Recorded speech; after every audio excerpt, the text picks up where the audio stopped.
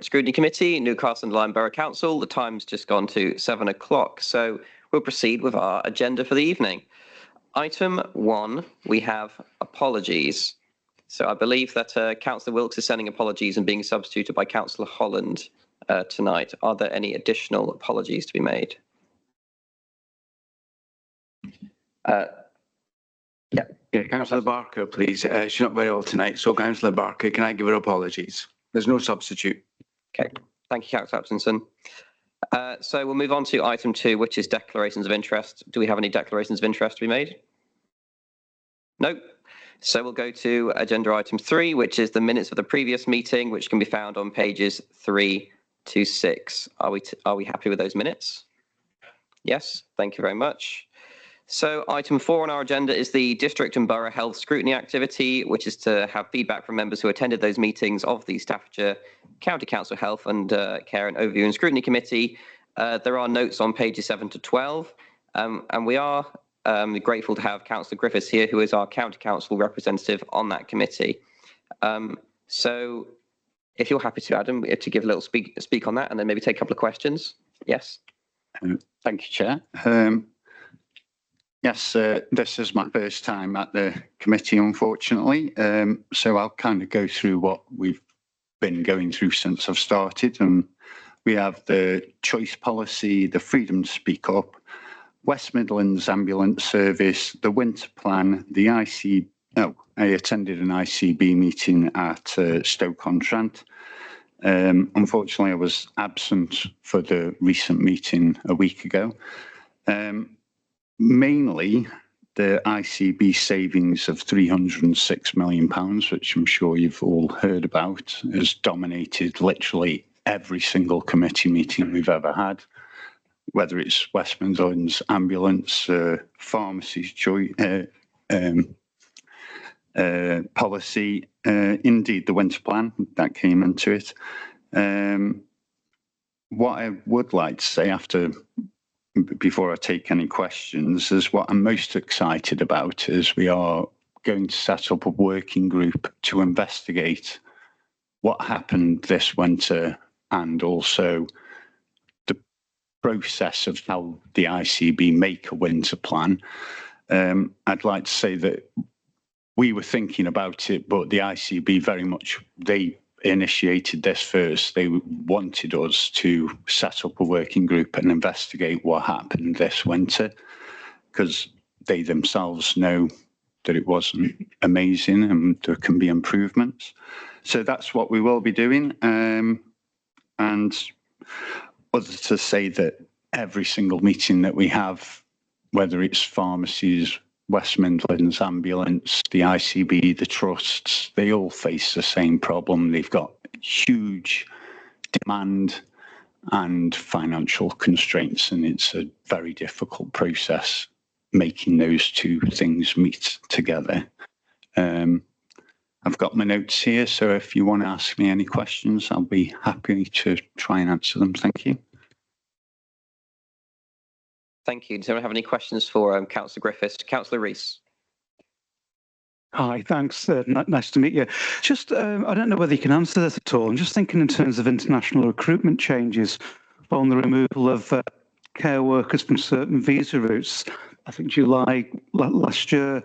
Are there any kind of alternative solutions in place, do you know, in terms of implementing an alternative plan? I wouldn't be able to speak to that directly. I do know that a lot of the savings trying to make through this £306 million cut efficiency saving has been mainly, as far as I'm aware, focused on the reduced use of agency and the reduced use of banked staff. If you send me an email about that, I will get to Mish and ask if that is affecting policy or decisions. Yes, certainly. Councillor Northcott. Thank you, Chair. Good evening. I wonder if you could give an update, if you're able to, in terms of the vaccination situation, and particularly the take-up of COVID injections and also the flu vaccinations, and has that had an impact? And if so, how much? Again, I'm going to have to get back to you on that. I do know that we have had discussions about vaccines, and do believe you are correct. There is a little bit of a downtick, but from the county level and from the ICB and everybody in the healthcare industry, it's please go out, get vaccinated. Please, please, please do it. Sorry, again, could you send me an email about it, and I will chase that up with Zach, and he'll put me in the right direction, and I will get back to you. No problem at all. Just to follow up, Chair. Yes. Are you able to say, is the county council actually actively involved in promoting that, or is that something that's been left to the NHS? As a county itself, other than us as committees saying, you know, reiterating the advice of the NHS, we are doing it in that capacity. As far as an official policy going through council, I don't believe that is on the agenda, or would be. We as councillors and at the county level and through our committees at the county level are following the advice of the NHS and saying, this is what they advise, please go out and do it. Thank you. Are there any further questions? Before we just take that one, I just wanted to also note on there, from my view, as I attended a few of these meetings, I went to one back in November at the County Council and raised the issue of Stoke Air Ambulance Charity, you may recall, at the time. And then after some work on that, there's been a lot going on in the background, and the regulator has now sanctioned that charity for their irregular fundraising practices, which has been affecting people locally when they've been fundraising, because they are not in a position to be an air ambulance, and they've been doing some claims to the contrary, and I believe they're now under heavy scrutiny for that. So that's good news, because that charity had been causing a lot of controversy locally, and people confusing it with the established Midlands Air Ambulance. So that's a story that's been ongoing in the background. But if no further questions, we'll be happy to take that scrutiny activity update, and we'll move on to item 5, which is Wally's Quarry, pages 13 to 24 of your agenda pack. Nesta. Thank you very much, Chair. So this report's a newly formatted Cabinet report that was presented in February about Wally's Quarry updates. The Cabinet report for March has actually just been published today, but I'll try and provide you some of the updated data in my presentation.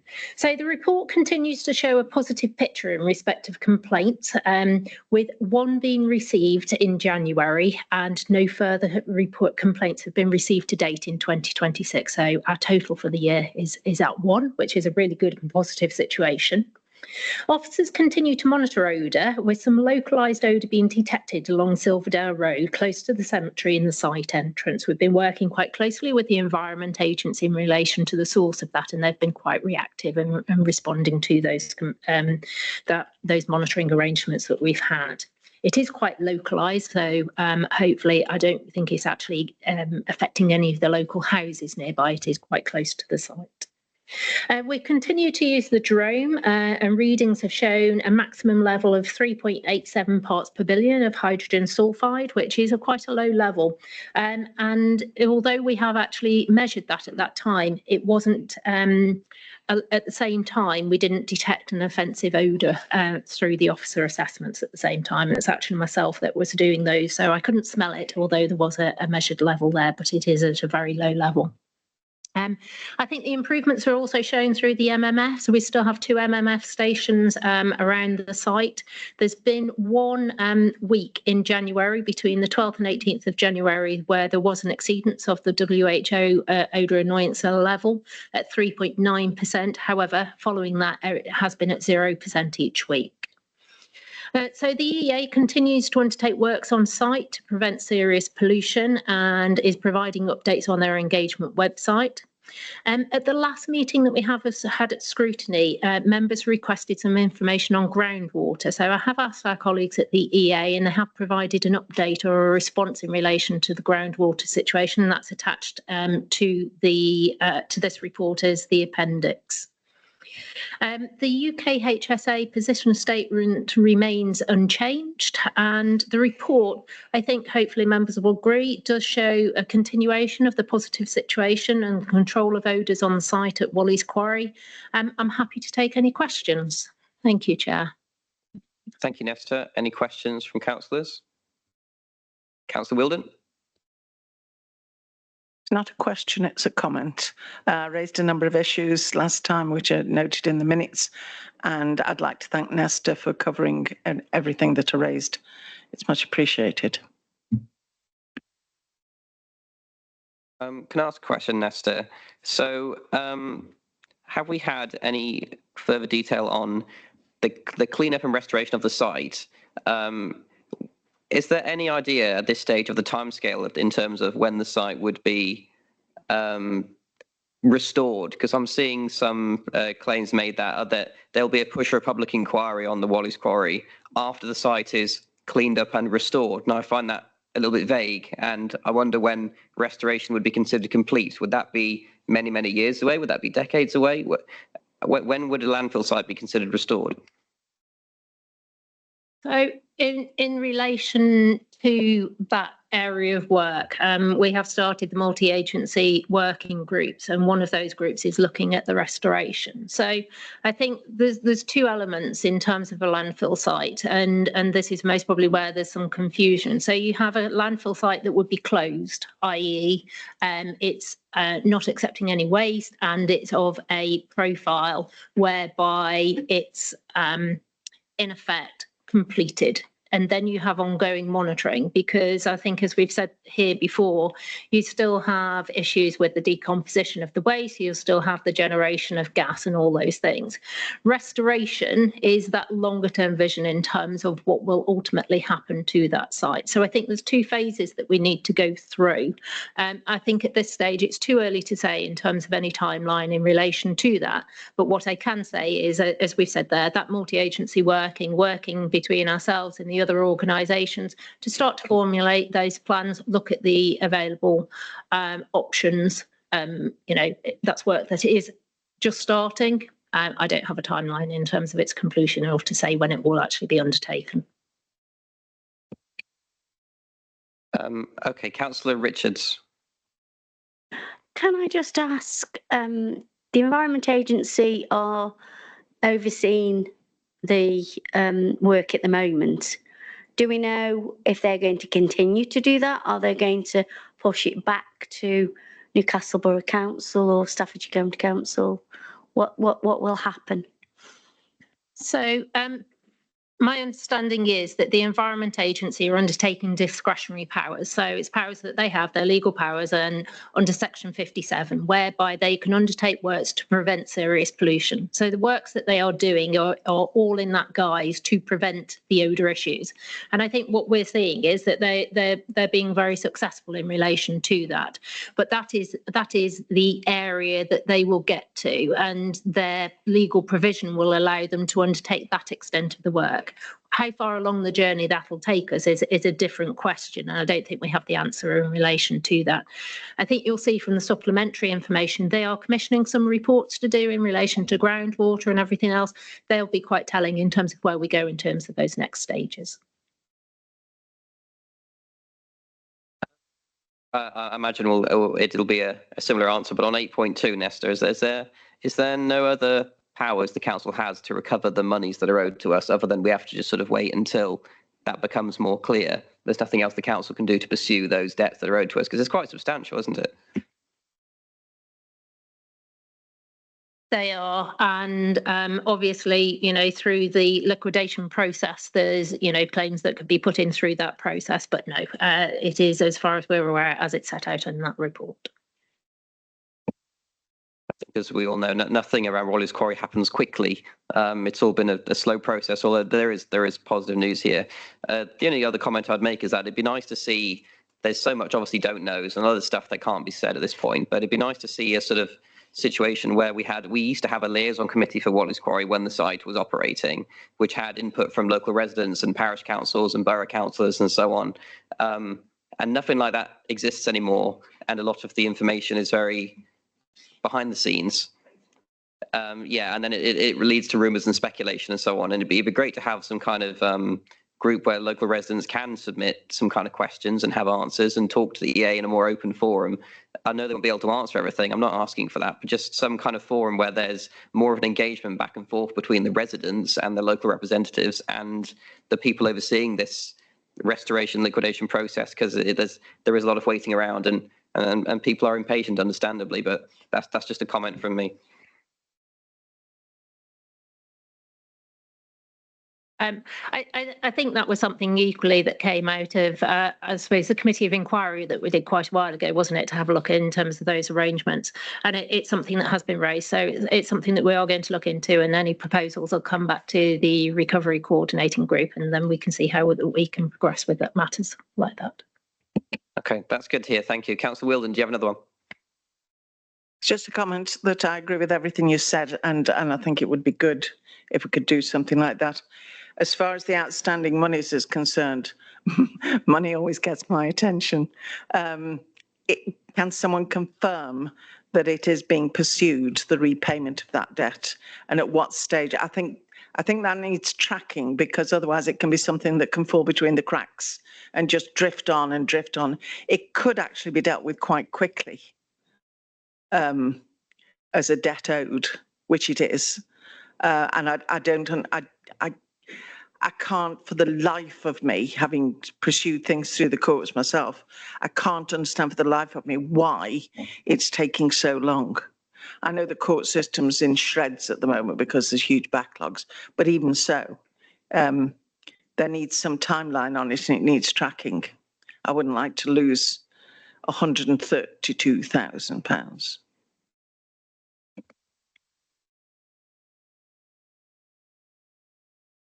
My understanding is that this is linked, as you know, we are one of the many creditors in terms of the liquidation process, and we've engaged in that process. I think, as we know, that there isn't the final winding up of that company, but I think, as we all know, there's a list and a hierarchy in relation to those. So I'll take your comments back, but my understanding is that we are engaged in that process as far as we can be. Okay, any further questions or comments? Thank you, Nesta, for the update. We will proceed to item 6 on the agenda, which is progress on the Council's Sustainable Environment Strategy and Delivery Plan. Andrew, thank you. Okay, thank you, Chair.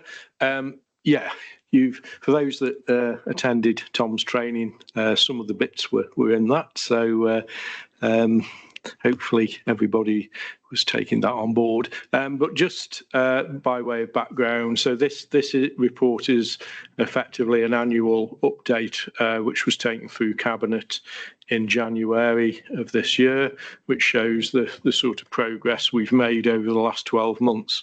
It's just worth saying that the original strategy was developed in 2020 and then refreshed in 2024. To take account of the progress that was made, but also emerging actions and other things that we needed to include. So in terms of progress to date, that's set out in section 2 of the report. So in terms of net zero, we've reviewed and updated the strategy, as I've just said. HVO is now being used for all council-owned and leased heavy vehicles, so that's a replacement for diesel. This is effectively a transitional fuel with electric alternatives being trialled, but that is difficult in the heavy goods vehicle market. And as Tom pointed out in the training, the refuse collection vehicle typically costs around £260,000. If it's diesel powered, and it's well over 500,000 if it's an electric one. So the cost difference at the moment is huge. For lighter vehicles, that's a different matter, and they are starting to become cheaper. We've been successful in gaining £3.2 million worth of Salix PSDS money to decarbonise the Jubilee 2 Leisure Centre. So the Leisure Centre, being what it is, particularly with swimming pools, uses huge amounts of energy. So that's a real bonus to the council in us securing that external funding.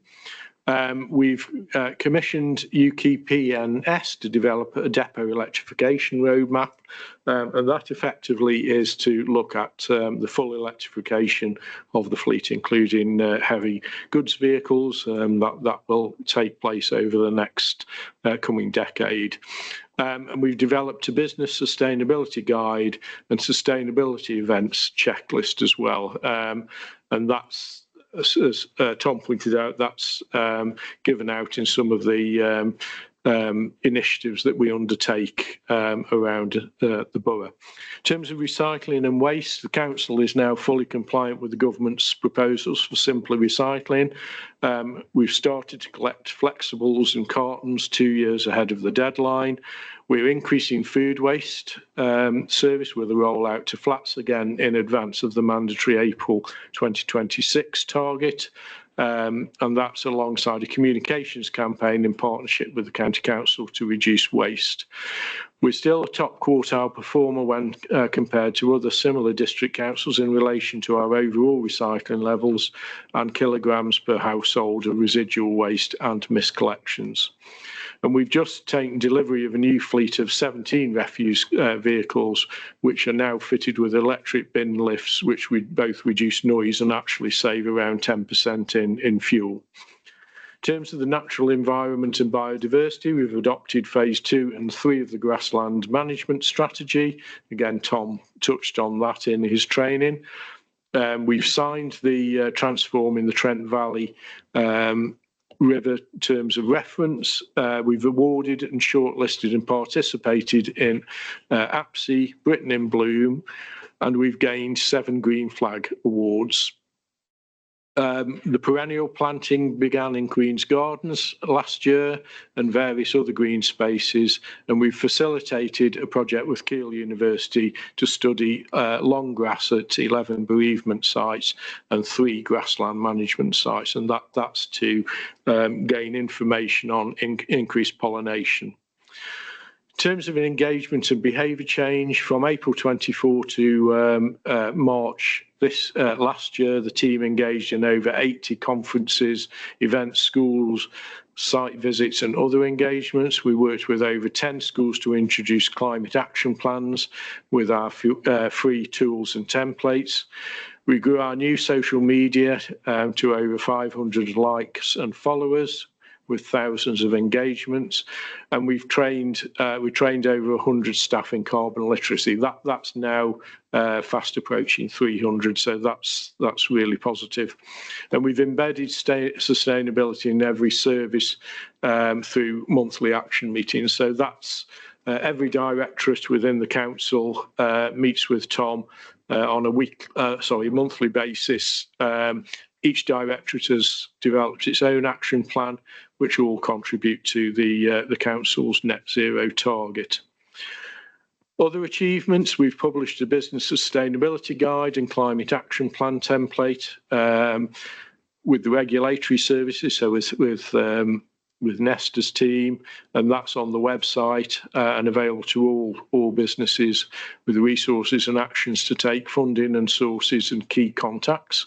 We've created a sustainability impact assessment tool with the strategy, people and performance directorate, and again all committee reports will analyse the sustainability impact of actions with reports going forward. And we've published a climate action planning framework and template, sustainability stakeholder list, and list of collaboration opportunities that local education settings can use. And the future actions are to work and deliver on the sustainable procurement strategy, adaptation plan, people's sustainability assembly, and many more.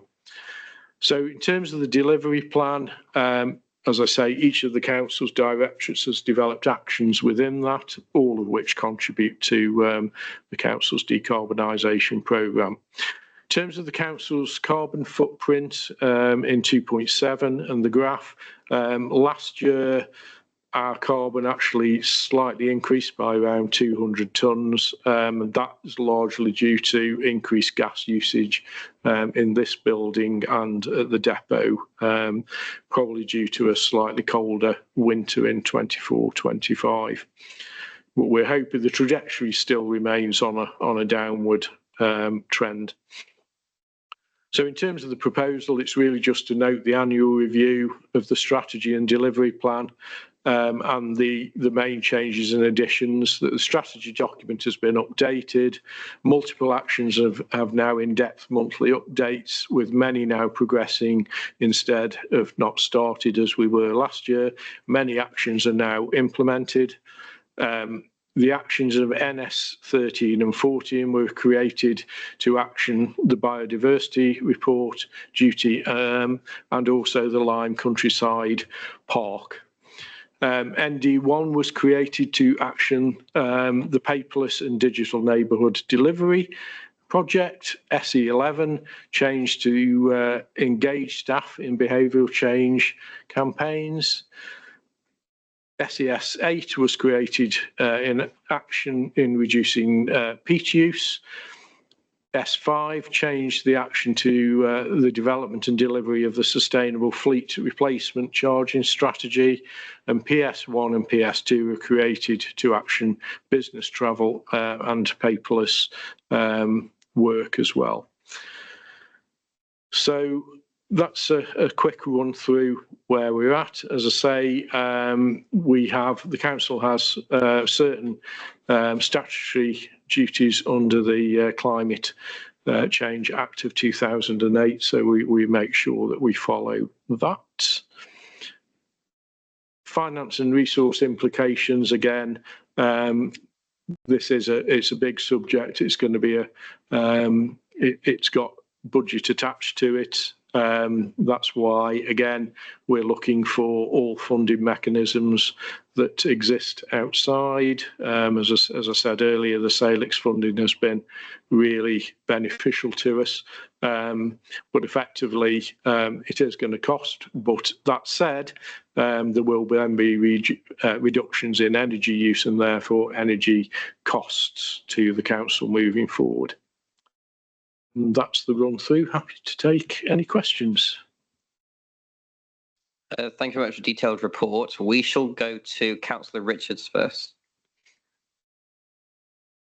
Really detailed report that covers quite a lot, and I've had a good look.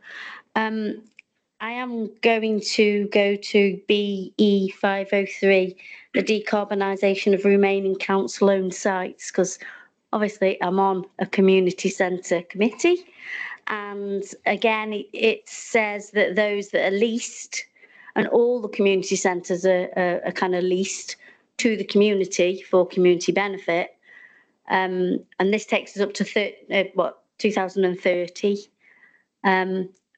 How are those community centres going to afford to come within this strategy? And are you going to assist those community groups to work towards bringing their net zero down? Yeah, so there was around, where are we now? Probably 2.5 years ago, there was audits undertaken on each community centre, so which gave a sort of framework of work that could be done on each building to get it to net zero. Nothing's really progressed with that, but at some point it will have to. What we're doing at the moment is obviously concentrating on the council's own operational buildings, the least of which we've got a number of leased buildings, not including community centres. We'll start on that fairly soon. So, and the idea is to engage with those committees. Councillor Rees. Thanks, Chair. Andrew, it's great to hear, all the great work and all the initiatives going on. It's absolutely fantastic. But just, does the council have a strategy around, and I think I've asked this before, around the reduction in the use of single-use plastics? And I'm thinking in terms of supermarkets, local businesses, takeaways, etc. We don't have a strategy ourselves. I mean, it's a really good point, actually. We certainly promote through the recycling and waste service, to not use or to avoid single-use plastics. But the council itself doesn't have a policy necessarily. But it is something. It's a really good point, actually, and probably something that we really should consider in terms of probably one of the actions moving forward. So I'll take that on board. Yeah. Any further questions? Councillor Wheeldon? Just to comment, if you go to, what page is it? 34, where it all starts. 2030 Built Environment and Energy Delivery Plan. Just looking through that, one of the columns, and I know it's colour-coded, beautifully colour-coded. I do like colour coding. It's got achievement date, and it's got a particular date there. Then it's colour-coded, although it doesn't always have the month. Sometimes it just has the year. I sort of think in my head, if I was looking at this from a project management perspective, instead of achievement date, that would be target date. Yeah. And there would be another column at the end to say, actually what month and year it had been achieved, because you can track it better and you can look at where there's been lapses and what was the cause of it. And I just think that's a tighter way of doing it. Just a comment. Yep, no, we'll take that on board. Thank you. Councillor Griffiths. Thank you, Chair. Yes, it's more a comment really, but to pick up on what you were saying about the recycling and the food waste recycling, this Borough Council has been at the forefront of this. I believe Councillor Tagg told me you're up for awards. We are. And yes, we're all used to just throwing our food in the food waste bin. And you were saying about single-use plastics. We've got a very good recycling system where we can just throw that plastic bag straight in the blue bin and it will end up as another plastic bag eventually. So just like to congratulate you basically on being at the front, and lots of other councils are really struggling and going, oh my God, how many bins are we going to have? Well, we're all used to it now, aren't we? So great stuff. Thank you. That's a really good point. And actually, as briefly mentioned, the Borough Council, through to be fair, through funding from the County Council, we're now supporting all the other districts in Staffordshire and Stoke-on-Trent in terms of their rollout of food waste and helping them with the campaigns and the operational side as well. So the team are heavily involved in that at the moment, which is really satisfying for them actually, in terms of them being able to sort of, I suppose, give out that knowledge and understanding of the work that we've done over the last sort of 15 or 16 years. Councillor Richards, yes. In relation to the plastic waste, what happens to that now? Have you found a way of kind of processing that yet? So we don't process it. We have a contract for what we call the DMR, which is the dry recycled materials, goes to a material recovery facility. It's operated by Veolia in the south of the county. They pull all the cans, the glass, the plastics apart. The plastics then go on to other reprocessors. It's a very, very complex supply chain, to be honest. The reason we went... Sorry, thinking more of the thin plastics that we've started recently. Yeah, so the reason we started that recently was, again, in partnership with Veolia, because they needed to redesign part of their MRF facility in order to pull that material out cleanly, but they couldn't design the right equipment unless they got the material. It was a classic chicken and egg. So to be fair, they approached us to see, because our material is very clean anyway, they approached us to see if we would add flexibles into the stream now, so they could use our material then to help design the plant, and that's what they're doing. I will say at the moment that flexible plastic is not being recycled because there is no end markets for it at the moment. Those are emerging. It is a shame. So it is going as fuel, and not going to lie about that. But this is a learning and development process for the whole industry, the whole supply chain, and it will take a few years for that to happen. But we're at the forefront of that. For that, and obviously you're at the forefront, and hopefully they'll kind of the other end will kind of sort it. There's an awful lot of work nationally and indeed internationally going on around flexible plastics. Probably one of the most exciting actually is what's known as sort of chemical reduction on it, so actually turning that material back into oil, so which is exciting and probably a really good use for that material, because the problem is getting it clean enough to turn it back into a plastic bag. Anything further? Councillor Crisp? Yeah, thank you, Chair.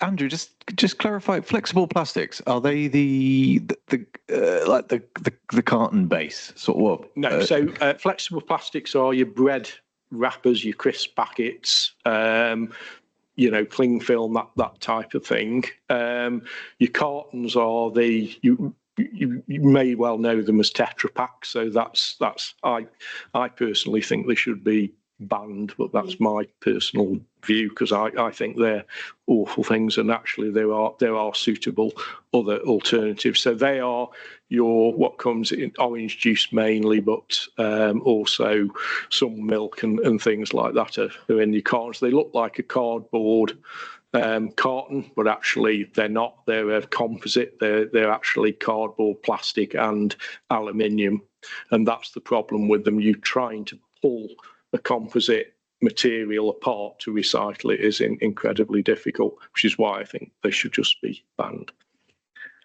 Yeah, and just to clarify, I'm trying to describe it here, where you peel the film lid off and you've got the plastic tray with the food in. Yeah, that bit is recyclable. Yes, absolutely, and indeed the film lid. And the film lid as well. Yeah, okay.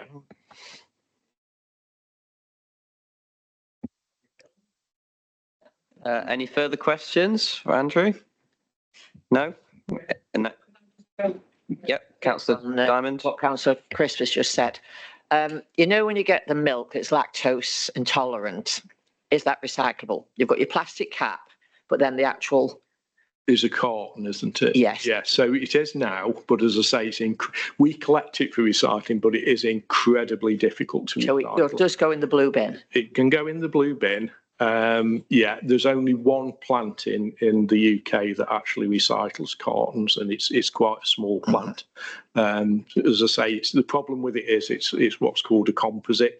So it's like a sandwich of a number of materials. It looks like cardboard, but it isn't. I did struggle. My mum's lactose. Yeah, but intolerant. I'm standing there going, where do I put them? You can put them in your blue bin.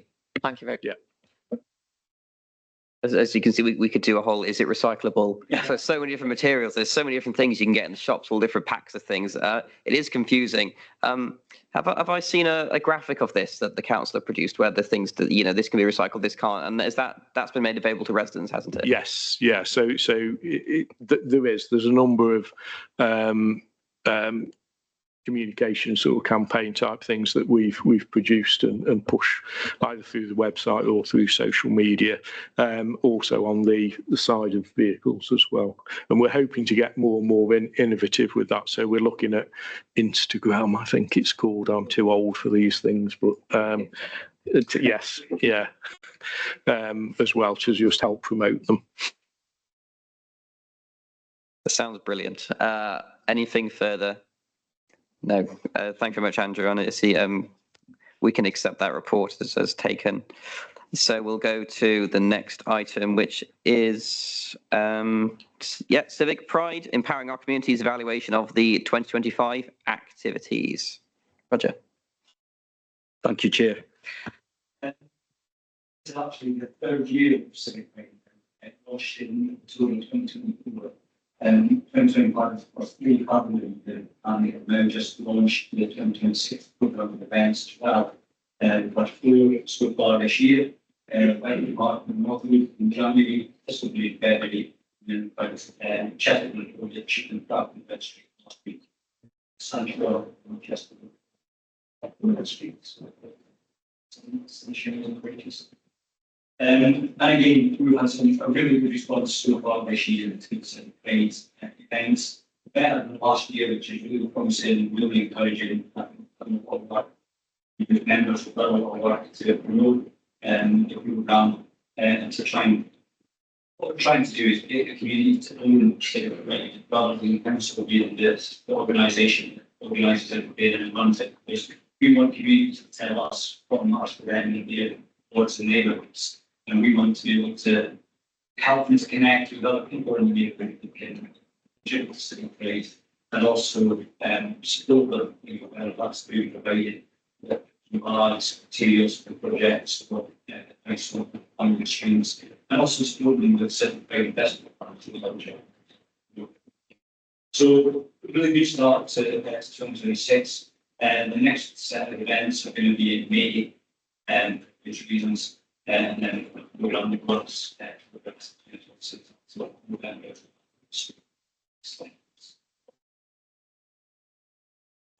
The report you've got in front of you was considered having it in January this year, and again, it's a look back over 2025 as to what achieved there, but also formally adopted the civic pride strategy, which was consulted on the back end of 2025, so it's now live, and a copy of that in your part tonight. And the other thing that Cabinet considered in January was the resource requirements for trying to reduce that really today, and also looking at whether there's any metrics around supply in terms of target setting and management. Works in progress to do that. We've already set metrics that overlap, if you like, into supply from other areas like in Andrew's area, but feminist indicators and the civic price about cleaner, safe, friendly. So rather than reinvent the wheel, we're going to try and look at to see if there are existing metrics that we can adapt or just use, and then we'll start regularly. So the next, there's also an action plan attached to the civic strategy, and we can update on that at the end of your report tonight. Again, highlighting in blue all the progress reports that we've made on each of the actions there. So again, good progress of the first 18 months of strategy. And then each service has also got each directed at best actions that contribute to civic pride as it goes well. Again, as you can see from the new things, good progress being made across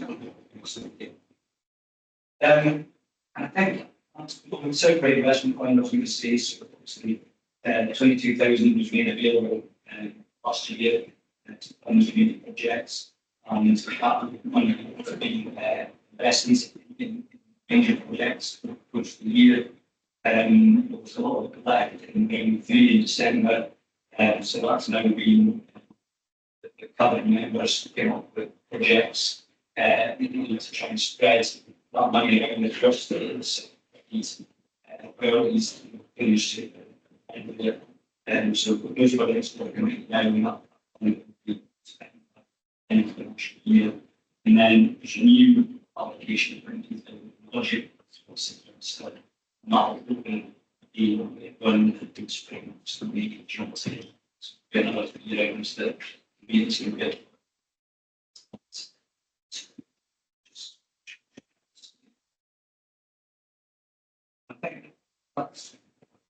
going through here and any budget. Thank you. Can I ask one while it's on my mind? Because you were saying about the Civic Pride Investment Fund. Because I've got the parish council in my ward would like to do something which coincides with their event, which is coming up in May, around the Miners' Monument there, which would be a really good little project. However, the current sort of wave has now ended of funding, hasn't it? And the new wave won't start till you say May, June time. But they'd like to obviously have the money in place to do it for this May. Is there no way they can have it or apply now and get the funding in place, or is it too late? I'm sorry, Chair, it's too late because the full allocation for the current financial year is allocated and spent, and the new one isn't going to open until May or June. So I'm afraid there's no mechanism. Is it an annual event that they're going to run, or is it just a one-off? No, it was just because they wanted to really time it with the event that was happening in the wider borough. It seems to be there's a bit of a gap in that sort of April, May time where there's no funding available when we have this lull between the end of the financial year and then the fund becoming open again, which is a bit regrettable. Yeah, I understand. Yeah, it's regrettable, but I'm afraid that's how it's been set up to run. Do you know roughly how much the group are looking for? It's not much, but I don't have the exact figure. No, it's just for some like cleaning of the monument and replacing the plaque. But yeah. No, is there any other options they could go to? That's what I was going to just say. If you want, I'll have a look to see if there are other. If it's a small amount of money, then there may be other pots that are available for community groups to bid into while the Civic Pride Fund is sort of paused. Okay. Well, I'll speak to you after. Thank you, Roger. Yeah. Do we have any questions? Yes.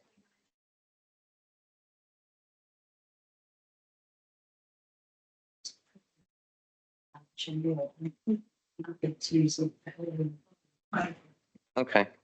Yeah, thank you. Any questions? Yes, Councillor Rees. Thanks, Chair. Just the delivery plan around helping people to have better access, the transport plan with Staffordshire County Council. I'm assuming that's about public transport as well. Just a point of clarification, is that not also with Stoke-on-Trent City Council as well? I think the one for Newcastle is the County Council. So again, the strategy kind of cuts across. Obviously, the Borough Council aren't delivering that particular action, but through Newcastle Partnership Board, the county are represented on that.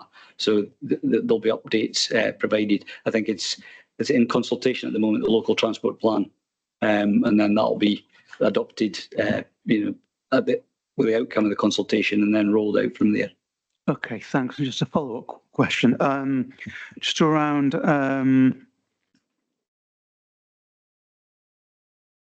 where was it? Around I think it was the planning policy, planning application, encouraging the vibrant town centre.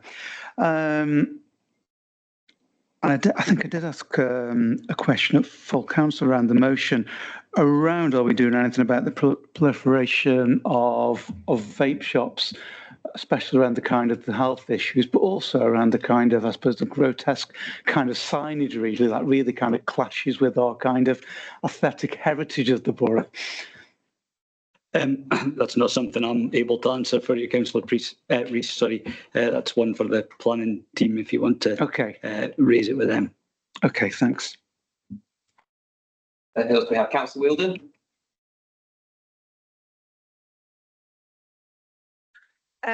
The delivery plan on page that starts on page 120 says delivery plan 2025 to 2028. I'm concerned that that when you have a plan like this, there shouldn't be any empty boxes. And the first one is the action. There's no list of action. There's no lead partner. So there's no responsibility for it, and there's no time scale. And I think that sort of needs filling in.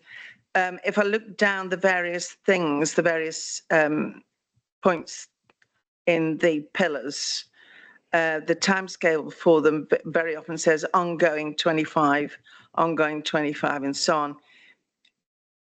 Because things like this, and again, with the lead partner, it very often just says Newcastle Borough Council, or it says Staffordshire County Council. I know you can't give names, but you can give titles who've got an overall responsibility, and then there's a target person to actually aim for if there's a slide in the timescales. The timescales being ongoing, I'm always concerned about that because it can be a bit woolly. And if something is ongoing and it's going to be ongoing over a 1 year or a 2 year period, you're best taking the actual pillars that you, and activities that you want to carry out and phasing them into 1, 2, 3, 4 phases, so you can actually note when a particular thing is being completed rather than just put ongoing, because you can get to the end of a plan like this and it comes quite unravelled, and it's only at the end that you find that the ongoing in 2028, there's loads of things that have been ongoing that haven't been completed at the end of the 2028. So those are just a couple of suggestions, and that's to definitely have an action for those first 3 empty boxes. They should be filled in. Definitely have a lead partner that's got a title rather than a name, or rather than just a global organisation, because everybody will drop the hot potato when it comes to why it hasn't been finished. And with timescales ongoing is a little too woolly to actually be able to evaluate whether it's been completed or not. Thanks, Councillor Wheeldon. The empty boxes at the top are because the first left-hand box is just the theme. So there's 3 themes: great places where we live, what is it? That could be more of a mission. Sorry. So it's maybe just the way I've set it out. So that could be more of a mission statement then. It's just a theme. So the theme is the first box, and then underneath are the actions under that theme. It's maybe just a sort of formatting and presentation issue. So there's nothing that needs to go in those empty boxes. You see what I mean?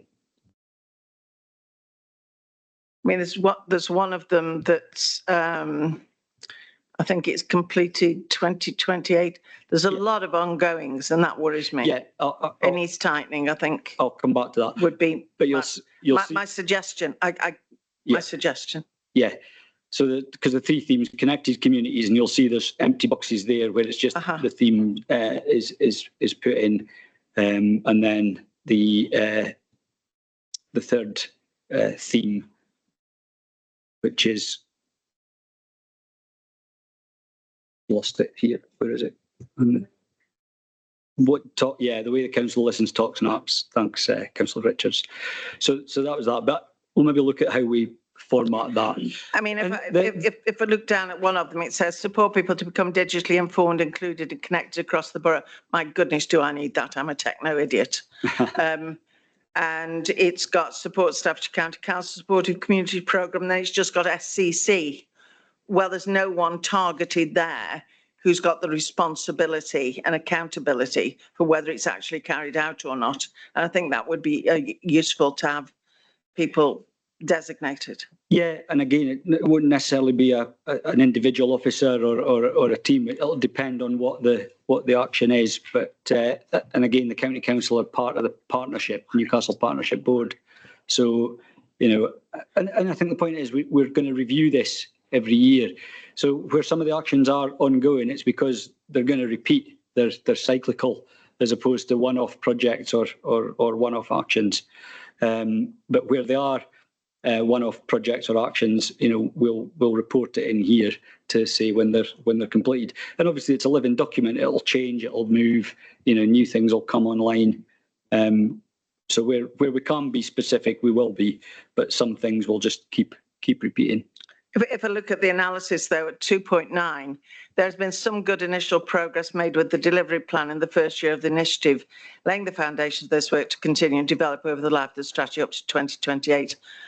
That's a good point to make, but how can you evaluate whether that's actually happened? You can't unless you've got completion phases. Yeah. Do you know what I'm trying to say? I do, yeah. And I think that's what I'm trying to say as well, is that where there's specific actions or time-sensitive actions, we'll we'll report that and monitor it. But there are some things in the sort of civic pride world that will just carry on, that are ongoing. There won't be an end to them necessarily. Okay, yeah, Councillor Heatham. Can I just say thank you to the Civic Pride team, because it was the first time we've had anything like this in the borough. It's the first year of it. I think there's been such a lot of hard work gone into that, and we've had quite a lot of buy-in from the public as well. So I'd just like to pass my thanks on to the team. Thank you, Councillor Heatham. Do we have any more questions or comments? Councillor Hutchinson. Yeah, just a comment on the Civic Pride Investment Fund. The 22,000, just so you know, is the 44 borough councillors. So each borough councillor has 500 to spend per annum. So Bradwell, for example, would have 1,500, 1,000 for Wolstanton, and so on. So the 1,500 this year in the Maybank ward we spent in the Basford allotments. They applied for some money, and the borough councillors were happy to give it to them. So this will start again after the borough council elections for the next year. So start thinking now about projects that we could spend the money on.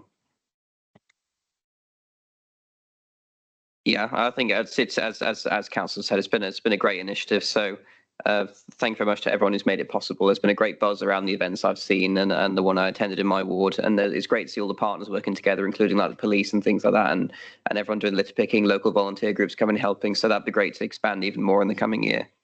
I see we've got 3 recommendations for the committee, which is to receive the report and note the activities delivered in 2025 as part of the initial year of a Civic Pride initiative. Number 2, to note the formal adoption of the Civic Pride strategy 2025 to 28. Now consultation has concluded. And number 3, to note the additional resource requirements of increasing community engagement activity and target setting and monitoring as set out in the motion, which was approved at full council on 19th November 2025. So I'll propose we approve all 3. Can I have a seconder? Yep, Councillor Diamond. All in favour, please. Yep, thank you. Right, thank you, Roger. So we move on to, hold on. We are on item 8, work programme, pages 149 to 152. So you'll see that there's some potential future items highlighted there. It'll be for the next or returning or new councillors to deal with. But has anyone got any comments on future items for the work programme? So, Councillor Holland. I wouldn't presume to give work to the next phase of the Borough Council, but what I would like to do is to thank you, Chair, for your work as Chair of this committee in the current cycle, and also to thank all of the officers that have supported the work of this committee, which over the past 4 years has included some very weighty matters, including the Wally's Quarry issue that I know was of prime concern to the residents of this borough. Thank you, Chair. Thank you, Councillor Holland. Yeah, and thank you to all members on the committee and those who've served previously over the last 4 years. This is my last one as chair, as I will be leaving the council in May. It's been great to serve on it, and as you say, I think the Wally's Quarry inquiry was my personal highlight of it. Very, very impactful work we did. I think everyone who was involved in that can be very proud of the work we did on that, supporting the residents. If there are no further items for the work programme, Councillor Wheeldon. It's just a comment to pass on to Councillor Hutchison as the portfolio holder. We have been rampant in planting daffodil bulbs in Thistlebury. And could he pass on to his grass cutting team the comments from everybody who was on they've got corns on their knees from planting daffodil bulbs. Could the little men with the mower not go over them till they've spent? Yeah, thank you, Councillor Wheeldon. I will speak to the officers and the team tomorrow morning first thing, just to ensure your suggestion, yeah, it's dealt with. Thank you. Richards. I'm just thinking, I mean, obviously might not be here for the next one. However, Busgate, Is that something that will come back to the committee? Because obviously the suggestions for Stoke-on-Trent and Newcastle of kind of having an alternative to Busgate, which is Basford Park Road, and restriction of traffic into Newcastle between kind of the main kind of times in the morning. Is that actually going to come back to this committee? Is it going to be looked at again? Because obviously we don't want that to happen. We don't want restrictions because it'll impact on my ward, Port Hill Bank, which is already back to back in the morning. Any more traffic would be impactful.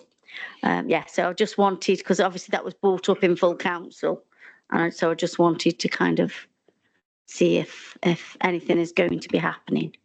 Thank you. Yeah, well, I agree. There are massive reservations around that Busgate, and there always have been. All I can do is give you the answer that we've given at every meeting where it's been raised, and I appreciate, which is that if and when we hear anything, it will come to this committee. I know it was on previously. We always had the sort of Busgate question mark on there, and I'd be happy to put that on there. But until we hear anything substantial on it, it's not going to come back. But if and when it will come to this committee at some point, maybe. Okay, any other comments on the work programme? No, thank you very much. So we are on item 9, which is public question time. I've not been made aware of any questions submitted. So we'll go to item 10, which is urgent business, of which I've not been made aware of any. So item 11 is date of next meeting, which is, I'm not sure. Who knows? Maybe we'll be here, maybe we won't. It doesn't say on the work programme. Pending. Do we have a fixed date for that in the offices? Do you know? I'm just looking up to see if there's. It doesn't say on the work programme. Normally it does.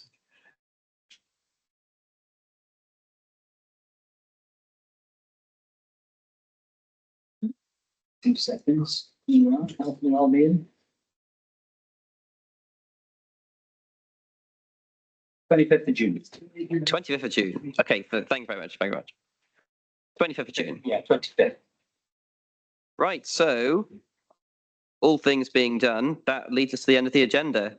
So, as I said, thank you to everyone who attended tonight. Thank you to everyone who's served on this committee over the last 4 years, and thank you very much. Meeting is closed.